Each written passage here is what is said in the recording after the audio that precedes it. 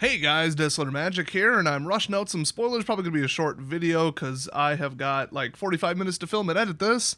But I did throw in one that was highly requested by everybody. Haven't read it yet, but we're saving it for the end. So first up we got Urza's Command, because of course there's going to be multiple commands, it's always a cycle. It's a 4-cost double blue instant, and choose 2 creatures you don't control, get -2, -0 until end of turn. Always a nice effect. Create a tapped Power Stone token. Okay, terribly exciting, but does count as, an artifact and one entering play and all that.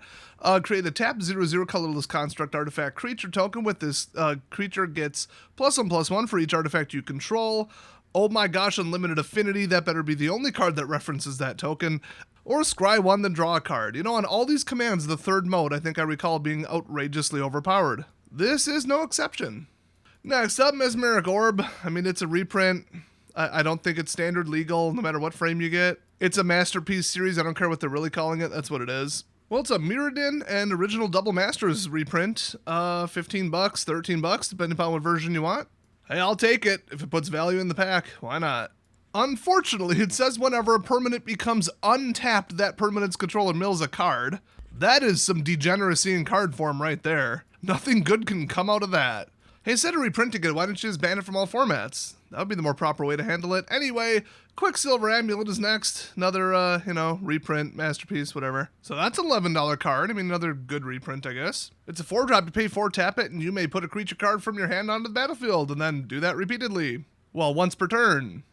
That's kind of messed up. I remember people referring to this as, like, the better version of that stupid energy-based thing that they eventually banned. The free Eldrazi summoner. Aetherworks Marvel, I believe is what it was. Yeah, this is way worse, but I guess we're not going to see it in standard is what I'm hearing. Next up, Soul Partition, a 2-cost white instant, rare, exile target non-land permanent. For as long as that card remains exiled, its owner may play it. A spell cast by an opponent this way costs 2 more to cast. For 2, that's a big nothing burger, but don't care, it's a story spotlight card, and the flavor text, it says, Teferi's body couldn't travel through time far enough, but with Kaya's help, his spirit could. So that's how he did it. I didn't read any of the story, that's probably revealed in chapter 1, but okay. The fact that he could travel back in time at all is actually interesting. So next up's a Stone Brain. Okay, somebody warned me about this. It's a 2-cost legendary artifact, rare. Pay 2, tap it, exile the Stone Brain. Choose a card name, search target opponent's graveyard, hand, and library. Oh, that takes so long in paper. Why? For up to 4 cards with that name and exile them, that player shuffles, then draws a card for each card exiled from their hand this way. We've seen that effect before. Activate only as a sorcery. This is just painfully annoying. The fact that now you've basically got like a card-based stripper in every color. This is an auto-include in every single deck, the end, period.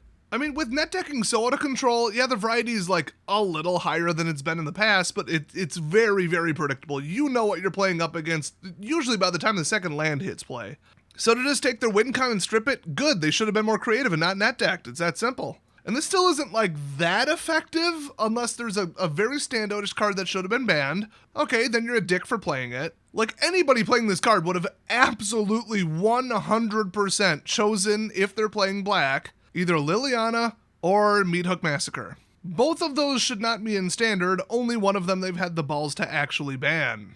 But still, that deck wins with more than just those cards, it's just it evens things out a little bit, but you shouldn't demand that every single person run a 2-cost just to shut down their opponent's broken cards. That's ridiculous. And like I said, in paper, this would take minutes to search. And then people are allowed to take notes on what is in the opponent's library. Within reason and for a reasonable amount of time, but yeah, minutes, easily. This is just like that stupid token-generating land that they finally banned and then unbanned from Historic later because they've clearly lost their minds. And then everybody had to run that one colorless land, Destruction Land, to get rid of it. Everybody, no matter what you're running. If you run 3-color, great. Here, have your little penalty. It doesn't even, generate any colors piece of crap.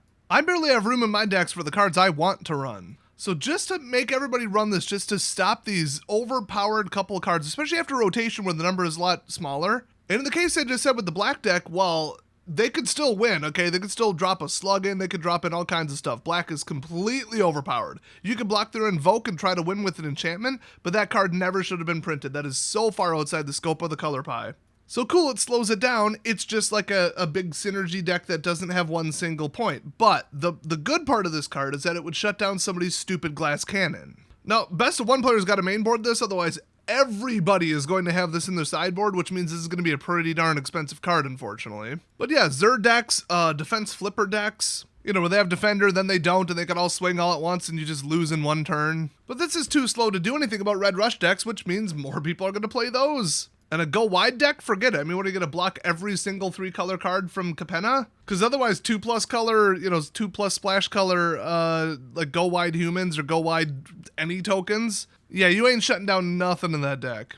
But would I have loved to see this during Nexus, where people would just take infinite turns in a row? And the way you won competitive games on Arena was to just hope that your opponent like had to go to work or go to sleep or do something or disconnected or died of old age.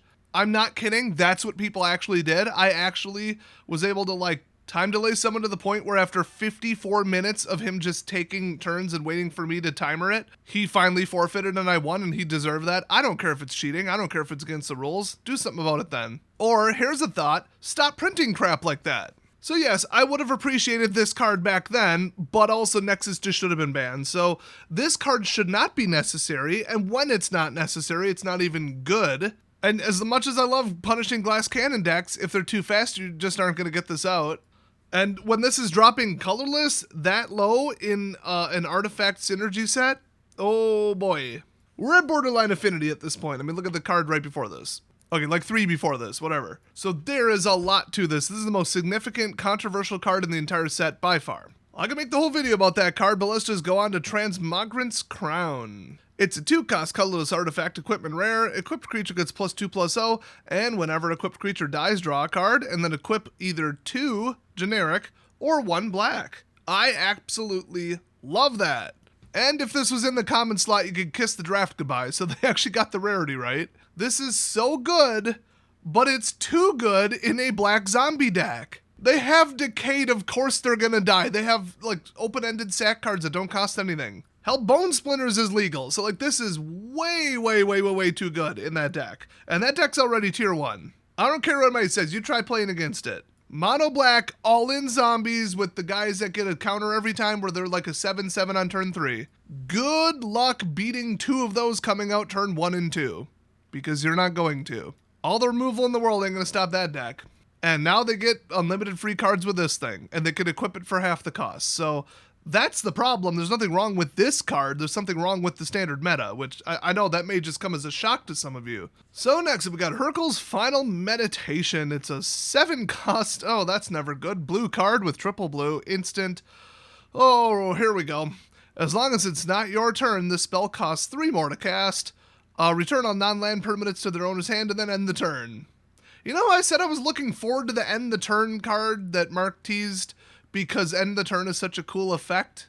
I stand by it because I was correct, but holy crap did he pull a 180 and disappoint me. Hard to do when I'm already on team end the turn. I don't know anything about Hurkyl, but wow, must have been a real jackass. You already can't afford 7, but seriously 7 would be a little much. Considering they have to, if it's their turn, they have to discard down to 7 immediately. So you just put everything back into their hand, which I guarantee is going to be more than 7 cards, and then they got to discard. So yeah, at 10, why even print the damn card? And you know, someone in some format, hopefully not standard, is going to cast that for free or something, or I don't know, I can't really clone it, but it's played with fire. So next up, draft founder of Latinam. He's a founder of them 80s ass glasses and hairstyle too, I bet. So legendary creature, human artificer, advisor, 2/1, pay 1/1 blue, and return target artifact you control to its owner's hand. Oh, there you go. You get another ETB when you recast it. That's nice. Plus you can do that at instant speed, so it's pretty much a counter spell for all artifacts, which is quite useful. And if you pay 3, tap it, copy target artifact spell you control. So you gotta do it on the stack. You gotta have like basically, in theory, hopefully paid for the artifact. I mean, it is Magic the Gathering, so who knows. Then you gotta pay 3 on top of it, have him not have Summoning Sickness. I mean, yeah, okay, but still. If you're gonna play like blue plus 1 other color in all likelihood, delay, board wipe, control, probably Teferi too, probably 3 color control, let's be honest, it's probably black, white, blue. Then you try to win with like giant, you know, dragon engines or colorless stuff or whatever, I don't know. Yeah, pretty messed up. So this could be fine, but it probably isn't. So next up, Thanos the Toy Maker. Oh, that'll win the war. Should have been making some thrift store looking bowl and then just spiked it and then, blowing everybody straight to hell. That ended the war real quick. So it's a 5 cost 3/5 green blue legendary creature human artificer, and whenever you cast a beast or bird creature spell, you may copy it, except the copy is an artifact in addition to its other types. You could actually get something very unintended going with this if it costs more than 5, but now it's just an oddity. Next up, Aether Flux Reservoir, because they want to remind you that this pile of crap was a thing. I hate this with a passion. Anybody playing this was an immature, obnoxious, net-decking dickbag. What does it cost? Who cares? Not in standard, not my problem. Speaking of that, Altar of Dementia, it's a 2-cost artifact, and sacrifice a creature, target player mills cards equal to the sacrificed creature's power. Oh, good, another mill card. Thank God it's a reprint. And finally, oh, here it is. Okay, so I haven't looked at this yet. I just downloaded the picture. Mishra claimed by Gix, which, did that happen in the storyline? Is that the revised storyline? I thought I kind of knew the lore. I feel like I'd remember this. Okay, well, it's 4-cost black-red 3/5 legendary creature, a Phyrexian human artificer. And whenever you attack, each opponent loses X life, and you gain X life, where X is the number of attacking creatures. Ooh. That's pretty nuts. If Mishra, claimed by Gix, and a creature named Phyrexian Dragon Engine are attacking, then it's Morphin time! So yeah, exile them, meld them, you get Mishra lost to Phyrexia. Okay, so let's read part 2 here. So Phyrexian Dragon Engine, 3-cost 2/2 artifact creature, Phyrexian Dragon, double strike. Okay. When it enters the battlefield from your graveyard, you may discard your hand. If you do, draw 3 cards. Now, when it says if you do, that's misleading. It's not if you do successfully. It's just, oh, yeah, 0. Okay, yeah, then you did it in very loose double quotes. And then unearth 5 with 2 of it being red, and then it melds with Mishra. So it only needs to attack once. So as long as you got Mishra, you've got Mishra lost to Phyrexia. So let's read this absolute nightmare. Once again, haven't read it yet, but people have been clamoring in the comment section about me reacting to this. So this set almost can't get worse at this point. This is not going to send Standard to a good place. Just the number of cards that are going to have to be banned has hit about 3 already with this set. And none of them are actually in this set, actually, which is kind of funny, but, well, there you go. Overpowered Standard. What else do you expect? Oh, except for Teferi's stupid ass. But anyway, okay. 9/9 legendary artifact creature, Phyrexian Artificer. Didn't Gix live like 3,000 years before Mishra? I don't... Can somebody fill me in on this? I'm not going to read this story. I have better things to do with my life. But, okay. Whenever Mishra lost to Phyrexia enters the battlefield or attacks, choose 3. Target opponent discards 2 cards. Okay, that's annoying. It's no Ulamog, but it's annoying. Number 2, Mishra deals 3 damage to any target. There's 6 modes, by the way. Okay, I mean, that's just good. Destroy target, artifact, or planeswalker. Jeez. Creatures you control gain menace and trample until end of turn. That's pretty good. Creatures you don't control get -1/-1 until end of turn. Okay. I mean, yeah, you could do some things with some of those. And then lastly, create 2 tapped Power Stone tokens. Okay. I mean, it's really, really good. Oh, you get to choose 3 of them, not 2. I don't know.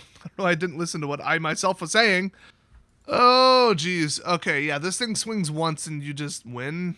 And remember, when you meld it, this enters battlefield tapped and attacking. So, get Phyrexian Dragon Engine into your graveyard. Done. Get Mishra claimed by Gix into play. Cool. Get 5 mana, unearth the Dragon Engine, and just swing. Unless they can kill you at instant speed or, I don't know, stop unearth, which I'm not actually sure if like an Essence Scatter would do that. My feeling is no. I think it's stated as an ability. I don't know. I never played when unearth was a thing, so I don't know the rules. I could check, but we all know I'm not going to. So every creature that you don't control, -1/-1. Boom, there goes any kind of combat block advantage. I mean, if you're running complete crap and they're running, green chunky chunguses, maybe they'd be able to stop you, but remember, you get 2 other choices. So then creatures you control gain menace and trample, so they already got a double block, they're already smaller, and then 3 damage to any target. That also is getting a -1. Yeah, they're not blocking you this turn. But you'd almost have to have like better creatures than this to win, because this doesn't have, well, it doesn't say other creatures, so just creatures attacking, including this one, gain menace and trample until end of turn. Okay. But would that go off the first turn? That's the question. because it says, when it enters the battlefield. Okay, well, that answers that, because it says when it attacks, and then it drops in attacking. So my understanding of the rules is if they didn't say or enters the battlefield, then, well, it wouldn't have gone off. It would have given them some breathing room. But if they could just block a 9/9 with, like, one Death Toucher, well, then you got a problem. But I don't know if there's a black Prevent Death card, but there would be a red First Strike card that could definitely do some damage.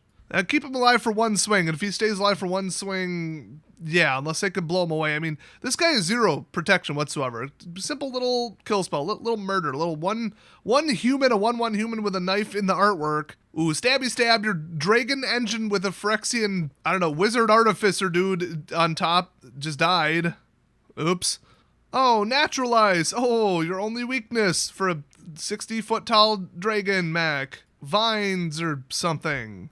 Hippie druid magic, oh no. So, like, this thing can reasonably be blown away. Hell, you could blow it up with, I think, a 2-cost white spell right now. Tapped and attacking, right? I know Runic Shot is 1 mana, but it's sorcery speed. So you're gonna get away with this approximately once. And those don't look like counterspell colors to me. So it's not like it doesn't have a weakness, and it's not like you can just drop this in. You know, you gotta set it up, and it very greatly benefits from having other creatures. So I don't think this is outrageous, but I'd have to see the whole deck, and my guess is that WOTC went completely overboard with, like, the totality of the artifacts in black-red. And then I feel like green's there as a glorified spectator.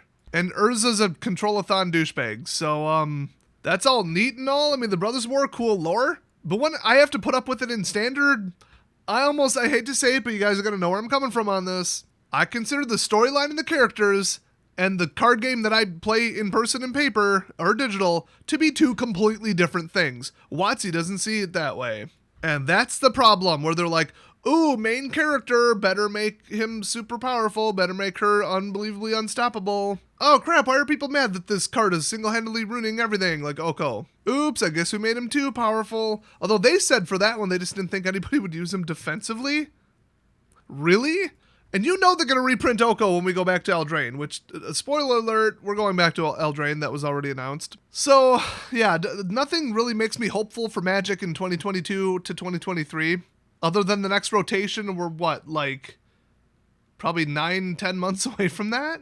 Oh, it'll never happen. They won't even have a customer left then. Somebody's got to step in and clean it up. We got to go all Elon Musk on this. Maybe he'll buy Hasbro next. Except he'd be insane to offer them $1 billion. They're not even worth that, in my opinion, and like on paper, they're worth like 9 or something. Let's just give a $1 billion penalty for every board member at Hasbro. Anyway, getting off topic, but yeah, this set's not going to do anything good for the game. And honestly, it doesn't even look that fun or balanced to draft. So, I could be wrong. I mean, last one was really good for draft, and Capenna was as bad as I thought it was. But, hey, thanks for watching. I'll have some more spoiler videos tomorrow, and I'll see you guys next time.